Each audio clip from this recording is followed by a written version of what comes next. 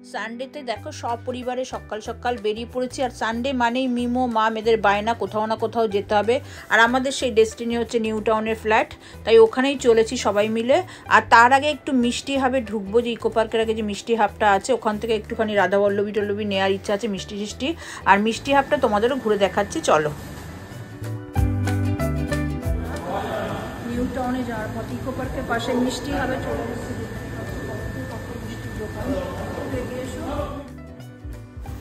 চলো এবার তোমাদের দেখাই আমরা যেখান থেকে নিচ্ছি। এটা হচ্ছে বাঞ্ছারাম। এখানে এখনো রাধাবল্লভীটা আসেনি, ওদের গাড়ি করে সব ডেলিভারি হয়। এখানে সম্ভবত দুটো করে রাধাবল্লভী বোধহয় 35 রুপিস, আর পিওর ঘিয়ের সিঙ্গারা হচ্ছে 25 করে, দুটোই আমরা নিয়েছি। আচ্ছা, এরপরে দেখতে পাচ্ছি চলো গুপ্তা ব্রাদার্স, এখনও ওপেন হয়নি। আমরা 10টা নাগাদ এসেছি। তারপরে বলরাম মল্লিক, রাধারাম মল্লিক, মিষ্টি হবে দেখো সমস্ত সব ফেমাস সব দোকান রয়েছে। তারপরে মানে দেখা যাচ্ছে এটা আবার দেখো লাইট জ্বলছে, মানে সেই দোকানটা ওপেন হয়ে গেছে। এরপরে দেখতে পাচ্ছি আমরা কি আছে, ও Nalini Chandra Das and sons, Nalini Chandra Das and sons, এটাও খুলে গেছে। তারপরে চলো তোমরা দেখাই। এরপরে রয়েছে ওদিকে তো রয়েছে মিঠাই আর হলদিরাম রয়েছে। আর এখানে একটা দোকান রয়েছে, এটা আমি অতটা পরিচিত না, সুন্দরিনী। আচ্ছা, এটাও এখনো ওপেন হয়নি, তোমাদের পরপর দেখিয়ে দিচ্ছি। একই ছাদের তলায় দেখো কত রকম মিষ্টির দোকান। আচ্ছা, এদিকে রয়েছে হিন্দুস্তান সুইটস, আরও অনেক মিষ্টির দোকান রয়েছে। যাই হোক, তোমরা মিষ্টি হবে আসলে যে মিষ্টি চাইবে আমার তো মনে হয় সেই মিষ্টি পেয়ে যাবে। এদিকে তো আমাদের মাম দাঁড়িয়ে দাঁড়িয়ে হাসছে, আর ওদিকে দেখো বাব্বেটা মিলে কেনাকাটি করছে। আর কি জন্য একটা নিয়ে আসছে মিমো টেস্ট করানোর জন্য। তাছাড়া আমাদের রাধাবল্লভী, সিঙ্গারা, তারপরে বেকড রসগোল্লা, এগুলো তো ব্রেকফাস্টের জন্য নেওয়া হয়েছে। আমি বললাম গোপালদের জন্য কিছু নিতে হবে, তাই গোপালদের জন্য নিলাম বেকড মিহিদানা 35 রুপিস করে।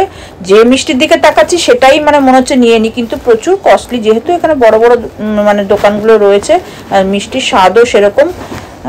যাক, তোমাদের পুরো মিষ্টি হাটটা ঘুরে দেখালাম। এইবার আমাদের সব কেনাকাটা হয়েছে, আমপান্নাও কিনে নিয়েছে। এইবার চলো বাইরেটা যাই। বাইরেটাও দেখো অসম্ভব সুন্দর, নানা রকম গাছ টাছ লাগানো। সত্যি এদিকটা আসলে না মনটা ভরে যায় একদম। বেশ এখনো ফাঁকা ফাঁকা রয়েছে। তার ওই যে আমাদের নতুন পক্ষীরাজ দাঁড়িয়ে আছে। এইবার উঠে পড়বো, যে সোজা ফ্ল্যাটে চলে যাবো।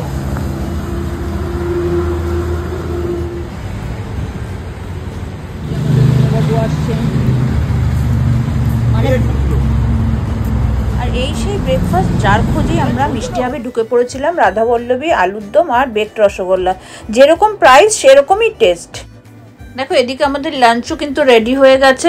ভাত হয়েছে, মাটন হয়েছে, টক ডাল হয়েছে, মানে আম ডাল আর কি, আর ঝুরি আলু ভাজা, আর স্যালাড বলতে শুধু গন্ধরাজ লেবু, কারণ আজকে শসা টসা আনা হয়নি। যাক, তোমাদের ভিডিওটা কেমন লাগলো অবশ্যই কমেন্টে জানিও, আর ভালো লাগলে কিন্তু লাইক শেয়ার করতে ভুলো না।